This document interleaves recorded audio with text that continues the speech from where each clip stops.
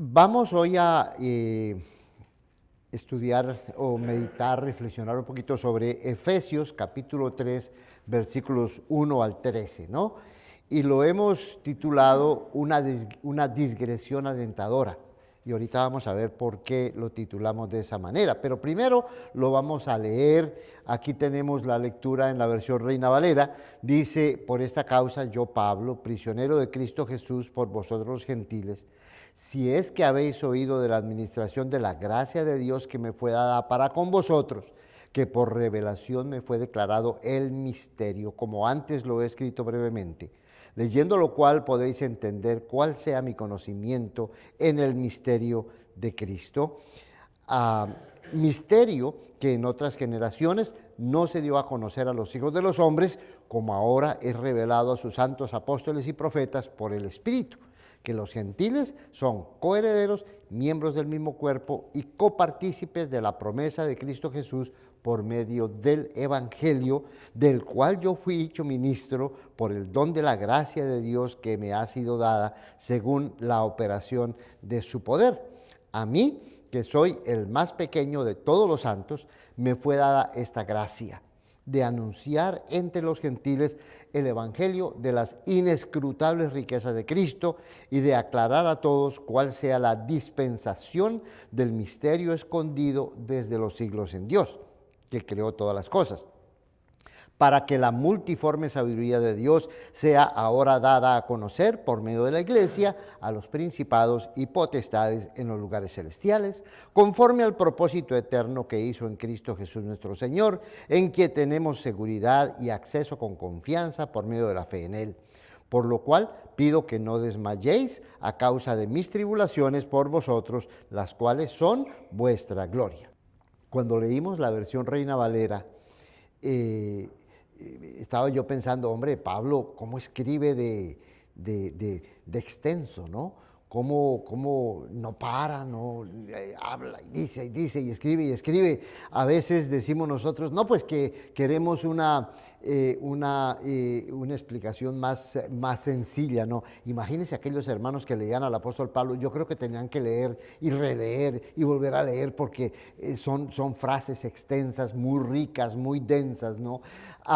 Por eso decidimos hacer esta paráfrasis, ¿no? Esto es una paráfrasis con el fin de que, a ver si lo podemos entender un poquito mejor, ¿no? Dice la paráfrasis aquí: yo, Pablo, prisionero de Cristo Jesús, abre paréntesis para hacer un largo paréntesis. Por eso hablábamos de una digresión, porque todos estos versículos son un paréntesis que hace el apóstol Pablo. Yo, Pablo, prisionero de Cristo Jesús, pues de hecho ustedes han oído acerca del encargo de la gracia de Dios que me fue dada para la salvación de ustedes, que por revelación me fue dado a conocer el misterio, como antes lo escribí brevemente. Al leer lo que escribí, se podrán dar cuenta de cuál es mi perspectiva y mi discernimiento respecto al misterio de Cristo.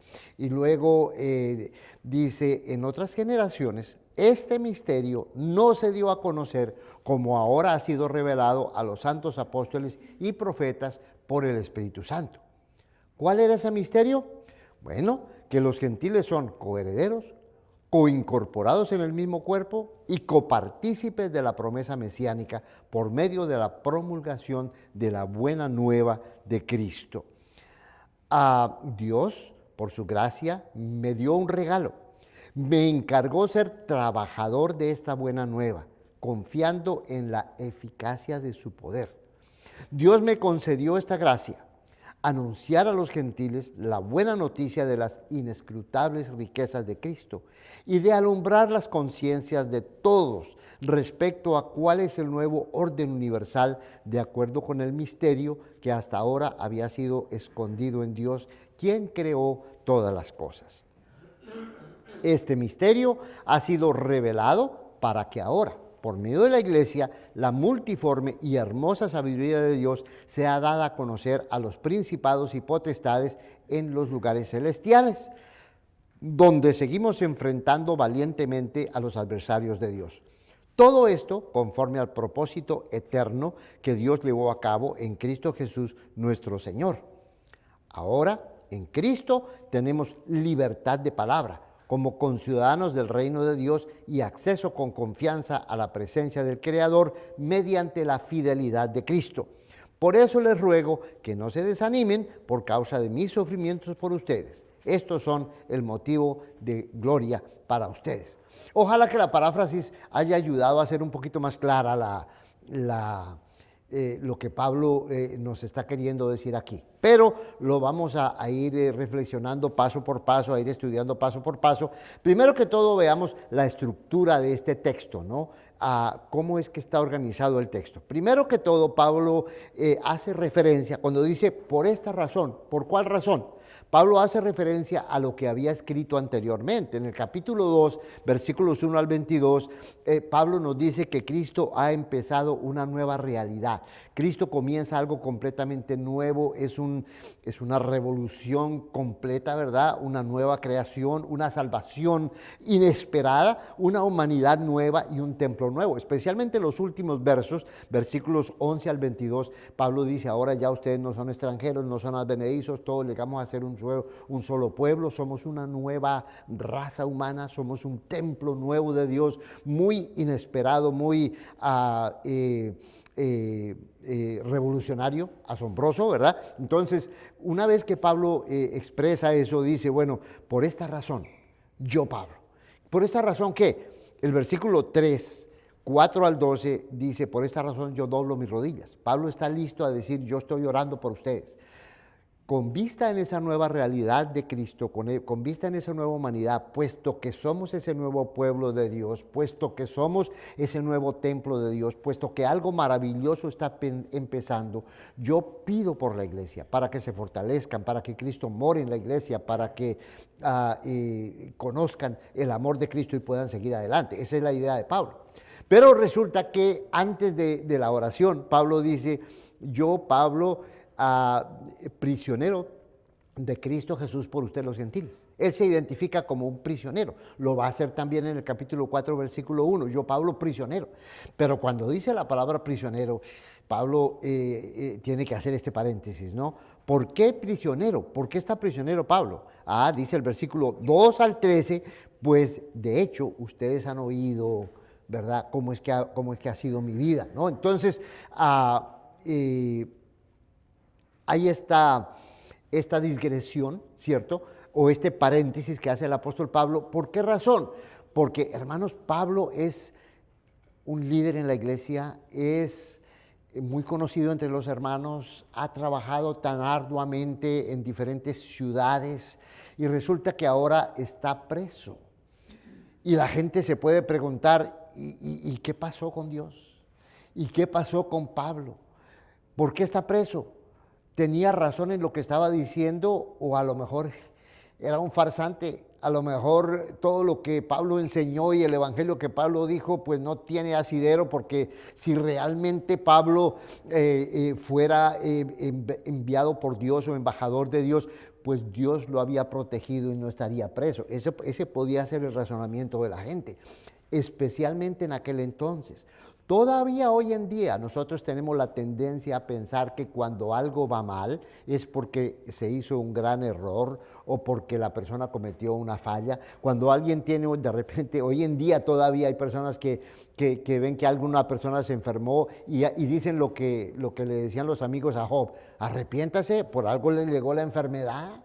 Perdió el trabajo, por algo le llegó el trabajo, le fue mal en el negocio, por algo fue es que usted está haciendo algo mal, arrepiéntase, ¿verdad? Venga, conviértase a Dios para que Dios lo bendiga. Mucha gente piensa que las bendiciones de Dios están garantizadas para aquellas personas que se portan bien, y si te portas bien y haces las cosas como Dios quiere, vienen bendiciones. Y cuando algo malo te pasa en la vida, pues ha de ser que hiciste alguna cosa indebida y por eso Dios te está de alguna manera reprendiendo o castigando. Mucha gente piensa así. En aquel entonces era peor todavía. La gente automáticamente pensaba, si te va mal, si algo mal te pasa, pues no tienes el favor de Dios. Y resulta que Pablo está preso, y está preso en una condición bastante delicada, ¿no? Cuando leemos la carta a los Filipenses nos damos cuenta que se corre el riesgo de que lo maten, ¿no? es una situación delicada, ¿no? Entonces Pablo dice, yo soy prisionero de Cristo Jesús, pero no se me desalienten, no se desanimen de pensar que yo estoy preso, y les va a explicar por qué está preso en Cristo Jesús. Esa es la razón del paréntesis. Por eso, antes de ir a la oración, Pablo hace esta digresión en su carta y explica por qué razón él está preso, ¿verdad? Tengamos esto presente mientras vamos leyendo la carta. ¿En qué consiste esta digresión, este texto? Primero, les da la verdadera razón de la prisión. Versículos 3 del 1 al 4, Pablo les explica por qué razón realmente está preso. Capítulo 3, versículos 5 al 6, Pablo les explica el misterio. Dios me reveló un misterio. ¿Qué es ese misterio? Capítulo 3, versículos 7 al 9, les habla del encargo, o sea, la dispensación, la administración. A Pablo se le encargó el misterio. ¿En qué consiste ese encargo? Por eso está preso, porque se le encargó algo especial. Capítulo 3, 10 al 11, habla del propósito de ese encargo. ¿Por qué razón Dios le encargó ese ministerio a Pablo? Y no solamente a Pablo, sino que de alguna manera también a la iglesia se le ha encargado esa administración.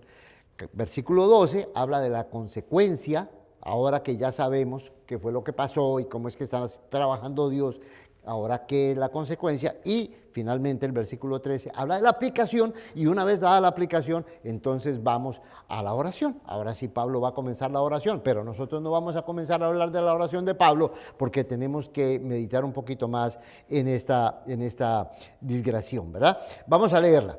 Capítulo 3, versículos 1 al 4, la verdadera razón detrás de la prisión. Yo, Pablo, prisionero de Cristo Jesús, pues de hecho ustedes han oído acerca del encargo, de la gracia de Dios que me fue dada para salvación de ustedes. Fíjense ustedes la insistencia del apóstol Pablo. Esto que yo estoy viviendo es por ustedes. Dios me encargó este ministerio para la salvación de ustedes. ¿Cuáles ustedes? Los gentiles. Pablo es especialmente el predicador de los gentiles, ¿no? Ustedes han oído acerca del encargo. Esa palabra encargo va a aparecer varias veces en el libro de los Efesios, y es una palabra muy, muy importante. En el idioma griego la palabra encargo es oikonomía. ¿A qué se parece oikonomía? Se parece a economía. Es un arreglo, es una cierta administración, como cuando haces la economía de la casa y tomas un presupuesto y dices tanto dinero para la renta, tanto dinero para los biles, tanto dinero para qué sé yo, haces una administración de la casa. Si no hay administración de la casa se vuelve loca, ¿verdad? Necesitas tener una cierta administración, todo, ¿verdad? Arreglas dónde vas a poner las cosas, cómo vas a cuidar las cosas, no solamente económicamente, sino todo, ¿no? El arreglo que tú haces en tu propia casa. Bueno, dice al apóstol Pablo que a él se le dio ese encargo, esa economía, ese orden, que él trabajara dentro de ese orden. ¿De dónde viene ese orden? Pues de la gracia de Dios. Pablo insiste que lo que él está haciendo y lo que hace la iglesia y todo lo que nosotros podemos hacer, lo hacemos porque Dios nos da favor, porque Dios nos da la gracia. Dice, la gracia que me fue dada.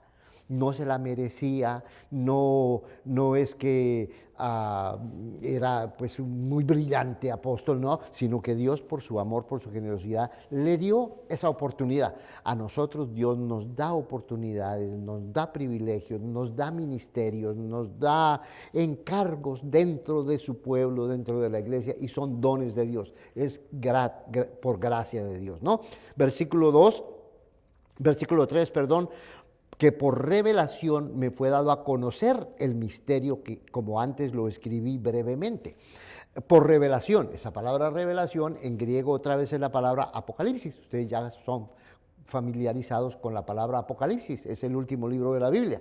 Y a veces pensamos que Apocalipsis pues es el nombre del libro nada más, no, pero la palabra Apocalipsis es una palabra que significa pues revelación y que es muy gráfica, porque la palabra Apocalipsis quiere decir correr el velo. Es como cuando algo está oculto detrás de una cortina y de repente se corre la cortina y entonces podemos ver lo que está detrás de la cortina.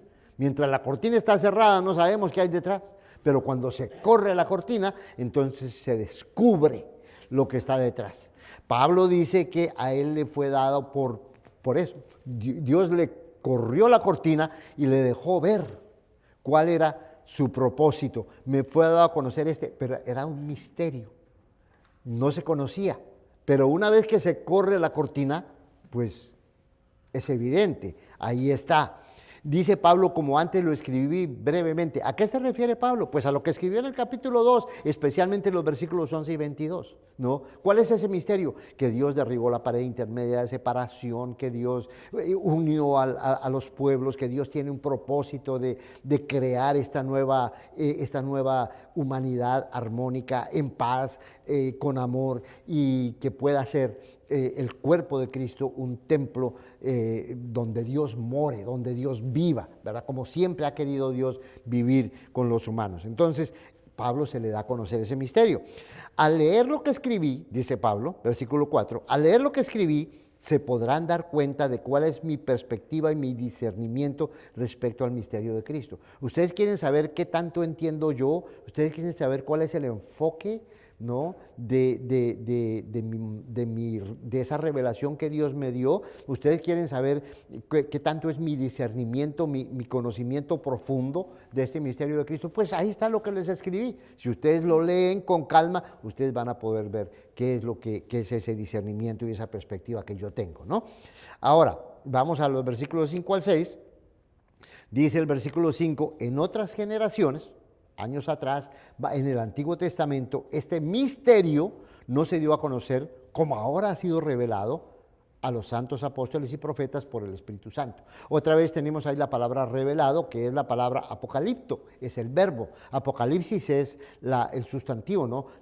El correr el velo. Apocalipto es la acción de revelar, de descubrir ese misterio. Dice que en el Antiguo Testamento ese misterio no estaba conocido. Sí, muchas veces Dios había hablado ya de la intención que tenía. Acuérdense ustedes, hemos mencionado a Abraham, donde Dios le dice, en ti serán benditas todas las familias de la tierra.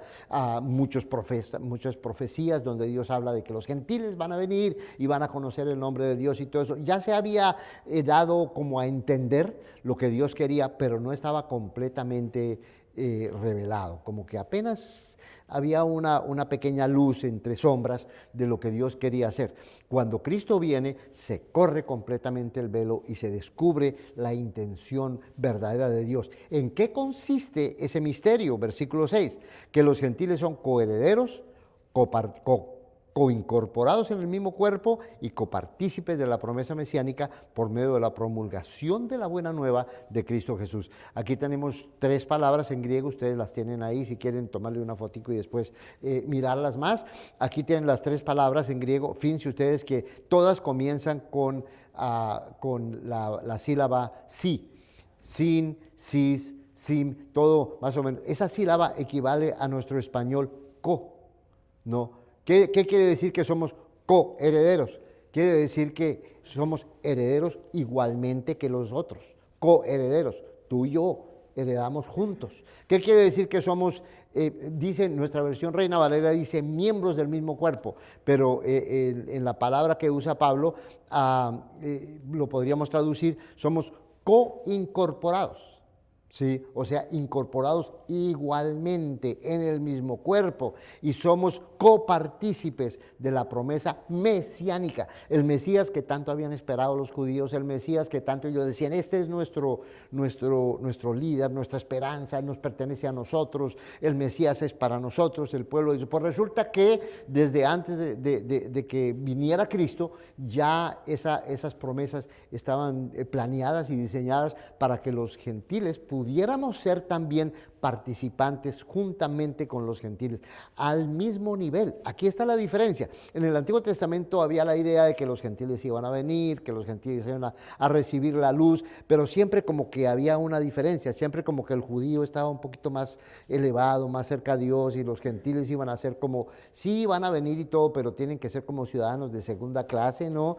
Para poder alcanzar lo que los judíos tienen, los gentiles van a tener que hacerse más o menos judíos, ¿no? tienen que circuncidarse, tienen que guardar la ley, tienen que guardar las costumbres judías y hacerse más o menos judíos, ¿no? Una vez estuvimos nosotros en una iglesia donde algunas personas decían, ustedes están en Estados Unidos y si ustedes vienen aquí tienen que hablar inglés. Entonces, o sea, para poder estar en la iglesia necesitas hablar inglés, porque si no, no puedes estar en la iglesia. Más o menos, ¿verdad? Eso sucedía allá con los judíos. ¿No? Ustedes quieren ser beneficiados por las promesas de Dios, tienen que ponerse al nivel de nosotros. ¿Qué dice el apóstol Pablo? No, Dios nos hace exactamente iguales, partícipes del mismo cuerpo, partícipes de las mismas promesas y herederos de la misma herencia, todos iguales, porque ese era el plan escondido de Dios. No se lo imaginaban, no lo habían visto, no era claro, pero cuando viene Cristo se corre el velo y queda completamente evidente que ese era el plan de Dios. Versículos 7 al 9.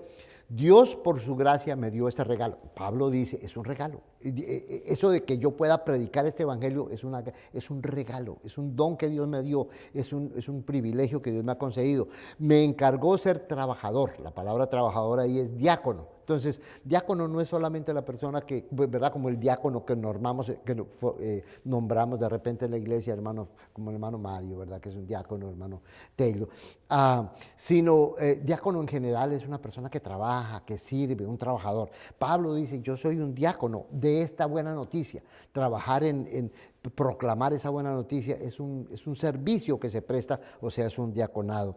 ¿Y cómo debe hacerse ese servicio? Como todos los servicios que se hacen en la iglesia, deben ser confiados en la eficacia de su poder. No es por el poder nuestro, no es por la habilidad nuestra, sino por el poder de Dios. Y confiados en ese poder de Dios, llevamos ese ministerio, cualquiera que sea el ministerio que Dios nos ha dado. Dice el versículo 8, Dios me concedió, vean ustedes el énfasis en recibir el regalo, no, la concesión, la gracia de Dios. Dios me concedió esta gracia. ¿Cuál es la gracia? De anunciar a los gentiles la buena noticia de las inescrutables, inimaginables, indecibles, riquezas de Cristo, ¿no? Versículo 9, y de alumbrar las conciencias de todos, respecto a cuál es el nuevo orden.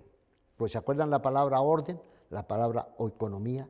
Dios ha puesto las cosas en orden. Es el orden de Dios. Dios ha cambiado lo que se pensaba que era el orden y ahora hay una nueva oikonomía, una nueva economía. El nuevo orden universal. Este ya no es solamente el orden del pueblo de Dios, ya no es el orden para los judíos, ahora estamos hablando del orden del cosmos entero, ¿no? De acuerdo con el misterio que hasta ahora había estado escondido. Aquí tenemos otra vez una palabra en griego, apocripto. El otro es apocalipto, se parecen las dos, pero son lo opuesto, ¿no? Apocripto es esconder. El misterio está escondido, estaba oculto, ¿verdad? En Dios, que es el creador de todas las cosas, pero ahora se ha corrido el velo, apocalipto, y se ha dado a conocer ese misterio. Y Pablo dice, yo fui encargado de anunciar esta buena nueva para alumbrar las conciencias de todos, para que todos puedan ver el misterio. Ese es el propósito de la predicación, que se alumbren las conciencias, que la gente pueda descubrir lo maravilloso que es Cristo y el propósito y el plan y el nuevo orden en el que Dios ha puesto el cosmos entero, ¿no? Versículo 10 al 11. Aquí tenemos el propósito del encargo. ¿Para qué ese encargo? ¿Para qué? Bueno, este misterio ha sido revelado. ¿Para qué? Para que ahora, por medio de nosotros, por medio de la iglesia, la multiforme y hermosa sabiduría de Dios sea dada a conocer a los principados, potestades en lugares celestiales, donde seguimos enfrentando valientemente los adversarios de Dios. Dos cosas importantes en este versículo. La multiforme sabiduría de Dios. La palabra griega aquí es la palabra polikoikilos, que es una palabra que habla de diferentes formas y colores. En la imagen del apóstol Pablo, la sabiduría de Dios es algo maravilloso, y sí tiene es una obra artística, ¿no? Con una multifacética, con muchas facetas, con muchas formas, con muchos colores, y da gusto verla. Ese es el impacto de esta palabra que Pablo usa, que no la alcanzamos a captar muy bien cuando la traducimos en español. Por eso estamos diciendo aquí la multiforme y hermosa sabiduría de Dios, ¿no? ¿Cuál es el propósito de Dios? Que la iglesia refleje, proclame, anuncie, demuestre, ejemplifique la hermosa y multiforme sabiduría de Dios. Esa es la tarea de la iglesia. La misión de la iglesia no es decir, no, ya cumplí, ya estuve el domingo allá, ya di mi ofrenda que doy y me voy para la casa y me olvido del resto. No, el propósito de Dios es que a través de la vida de la iglesia y de la palabra de la iglesia y lo que hacemos como iglesia, esa multiforme y hermosa sabiduría de Dios escondida, pero revelada, ¿no? Cuando se corre la cortina, revelada en Cristo, que se dé a conocer. ¿A dónde? A los principados y potestades en los lugares celestiales. ¿Y qué son los lugares celestiales? Nosotros decimos, no, pues allá arriba, más allá del sol, en un ambiente de paz, tranquilidad, nos miramos en un día bien despejado, el cielo azul, ¿no? Pues allá queremos estar allá, dando a conocer la sabiduría de Dios en ese paz del cielo azul. Pero resulta que Efesios capítulo 6, versículos 10 al 11 dice que nosotros tenemos una guerra contra huestes espirituales de maldad en los lugares celestiales. Precisamente en estos lugares celestiales no es que nosotros estamos muy en paz, sino que hay una guerra. Y nosotros seguimos valientemente, hemos parafraseado esto, valientemente seguimos confrontando a los adversarios de Dios. No ha terminado la guerra. Todavía los adversarios de Dios se empeñan en destruir el propósito de Dios, en obstaculizar el propósito de Dios, en dañar el propósito de Dios, todavía. Y nosotros seguimos todavía aquí haciendo la guerra. Esta no es una guerra fácil, es una guerra dura, ¿no? Parte de esa guerra es, Pablo está en la cárcel. ¿Por qué está Pablo en la cárcel? Pues porque los enemigos de Dios son tenaces y buscaron la manera de meter al pobre Pablo en la cárcel, y no solamente a Pablo, él ha sufrido azotes, y los compañeros de Pablo igual, y las iglesias han sido afectadas. Esta es una guerra verdadera, ¿no? A veces pensamos que esa guerra espiritual es solamente la guerra que tenemos aquí entre ceja y ceja con nuestros problemas emocionales y con nuestros conflictos y nuestras tentaciones. No, la guerra puede ser muy real, al punto de que el apóstol Pablo terminó en la cárcel. Cuando una iglesia, cuando una persona, cuando un servidor o servidores en la iglesia quieren hacer los planes de Dios y ven esa cortina corrida y se empeñan en hacer el propósito de Dios, póngale la firma, va a haber oposición de una u otra manera. Cuando menos piensa, va a haber oposición. O hay una gran división en la iglesia, o hay un chismerío que se levanta, o hay una persecución que viene, o algo va a pasar, pero Satanás no se va a quedar tranquilo. Entonces, si realmente nosotros aprendemos de Pablo y queremos ser como Pablo, y queremos decir como Pablo, Dios me dio este don, esta gracia, este ministerio, y yo voy a luchar en esta guerra espiritual con mi ministerio, prepárese, porque es una guerra y va a haber oposición y hay que ser firmes, constantes, permanentes, tener fe, no desmayar, seguir adelante, pase lo que pase. Dios está con nosotros. Pablo está en la cárcel y Pablo les escribe a los hermanos en Éfeso, hermanos, miren, por esta razón yo estoy en la cárcel, ¿no? Por eso esta digresión, ¿no? Dice el versículo 11, todo esto conforme al propósito eterno que Dios llevó a cabo en Cristo Jesús nuestro Señor. Esto Dios lo tenía en mente desde antes de la fundación del mundo, pero se hizo realidad, se llevó a cabo a través de Jesucristo aquí en la tierra, ¿no? ¿Cuál es la consecuencia? Aquí viene ya el apóstol Pablo, dice, ahora en Cristo tenemos libertad de palabra. ¿No? Esa es la palabra parresía en griego, ¿no? Que es difícil de traducir al español. Algunas versiones dicen tenemos confianza, tenemos valor. La palabra parresía es una palabra que se usa para hablar de la